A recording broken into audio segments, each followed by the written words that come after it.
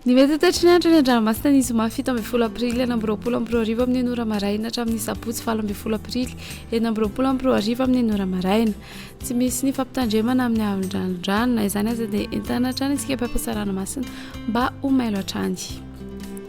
Ho an'ny morotsiraka atsinana ny tanjona bobaomby hatrany amin'ny tanjona angotsy sy andrahoana amin'ny tsitokotoko ho avy atsy masinana nandrifotra ka ho 20 hatramin'ny 30 km isan'ora hatratra 40 km isan'ora indraindray ny avaratra Voahemara adiny Mpanonja Nanonjabe ny ranomasina avy onjy ray hatramin'ny 1 metatra. Tanjona angotsy hatrany Manoro andrahoana amin'ny tsitokotoko io vaovao ny fitsokan'ny rivotra amin'ny maraina ka ho 10 km isan'ora ho avy atsinana kosa ny atoandro ka handidina ny 10 km isan'ora adiny Mpanonja Nanonjabe ny ranomasina avy onjy ray hatramin'ny 1 metatra.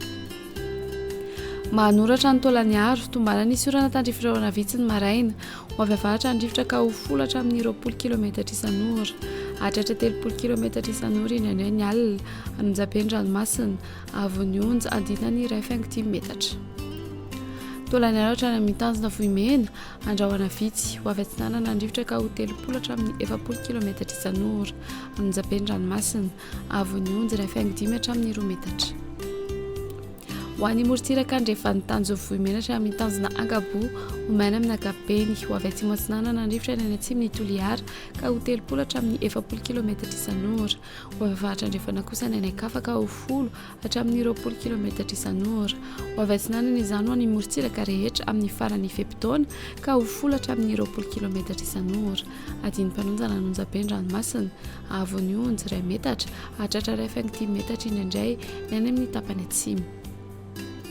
Tanjona Kaboatra amin'ny tanjona Filanandro anorana tandrifotra vitsy indraindray ny morotsiraka Melaky ho avy atsinana nandrivotra ny maraina ka ho 10 hatramin'ny 20 km isan'ora ho avy andrefana kosa ny atoandro ka handidina ny 10 km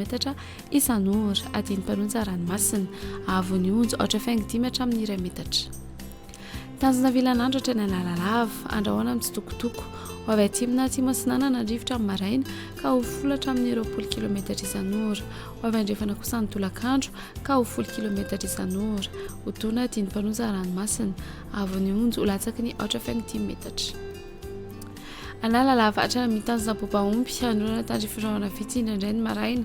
io vaovao ny fitsokan'ny rivotra ny eo anelanelany Analalava sy Nosy ka ho 10 hatramin'ny 20 km isan'ora ho avy atsy masinana kosa ny ankafa amin'ny maraina ka ho 20 hatramin'ny 30 km isan'ora ho avy andrefana izany ny atoandro ka handidina ny 10 km isan'ora ho tona adiny Mpanonja ranomasina Nanonjabe indraindray avy onjy ray hatramin'ny 1 metatra manakaiky ny tanjona Bobaomby ho latsaky ny 1 metatra ny ankafa.